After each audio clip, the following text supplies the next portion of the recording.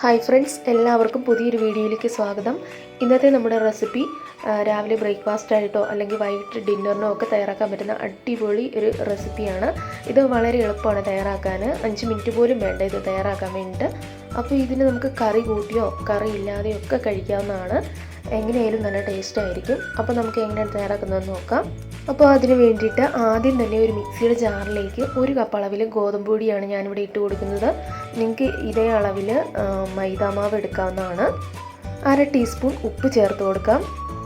പിന്നെ 1 ടീസ്പൂൺ പഞ്ചസാരയാണ് ചേർത്ത് കൊടുക്കുന്നത്. അതുപോലെ 1 ടീസ്പൂൺ ഓയിൽ ചേർത്ത് കൊടുക്കുന്നുണ്ട്. നിങ്ങൾക്ക് വെളിച്ചെണ്ണ വേണേലും ചേർക്കാം. പിന്നെ 1 കപ്പ് അളവിൽ വെള്ളമാണ് ചേർത്ത് കൊടുക്കുന്നത്. 1 കപ്പ് മൈദയ്ക്ക് 1 കപ്പ് വെള്ളമാണ് ചേർത്ത് കൊടുത്തിരിക്കുന്നത്.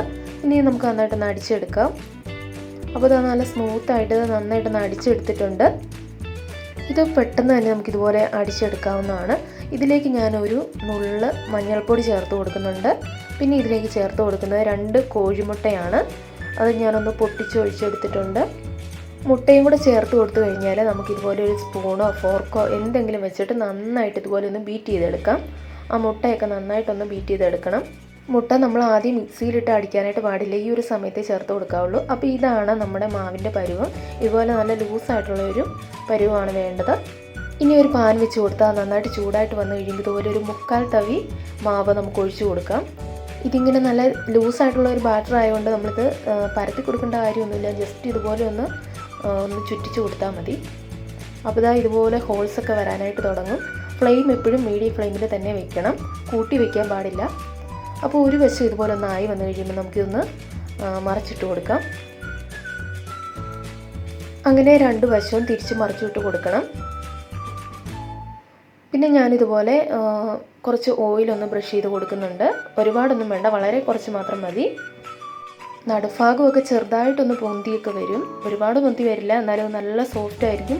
അതുപോലെ ഇത് കഴിക്കാനും നല്ല ടേസ്റ്റാണ്. അപ്പോൾ ഇതുപോലെ 2 വശം ഒന്നായി വന്നു കഴിഞ്ഞാൽ നമുക്ക് എടുക്കാവുന്നതാണ്. അപ്പോൾ ഇതുപോലെ തന്നെ എല്ലാം നമുക്ക് ചെയ്തെടുക്കാം. ഫ്ലെയിം എപ്പോഴും ശ്രദ്ധിക്കണം, ഒരുപാട് കൂട്ടിയും വെക്കരുത്, ഒരുപാട് കുറച്ചും വെക്കരുത്. മീഡിയം ഫ്ലെയിമിൽ വെച്ചിട്ട് ഇതുപോലെ ചെയ്തെടുക്കാം. അപ്പോൾ നല്ല അടിപൊളിയായിട്ട് നമുക്ക് കിട്ടും. അപ്പോൾ ഇത്രയേ ഉള്ളൂ. ഇത് എത്രമാത്രം സിമ്പിളാണ് നിങ്ങൾക്ക് ഇത് കാണുമ്പോൾ മനസ്സിലാകും. അതുപോലെ ഇത് കഴിക്കാൻ നല്ല ടേസ്റ്റാണ്. മുട്ടയൊക്കെ ചേർക്കുന്നതുകൊണ്ട് തന്നെ ഇത് കഴിക്കാൻ പ്രത്യേക ടേസ്റ്റ് തന്നെയാണ്. ഇതിൻ്റെ കൂടെ കറിയൊന്നും നമുക്ക് ആവശ്യമില്ല. ഇനി കറി കൂട്ടി കഴിക്കാനാണെങ്കിലും നല്ല ടേസ്റ്റ് തന്നെയാണ്.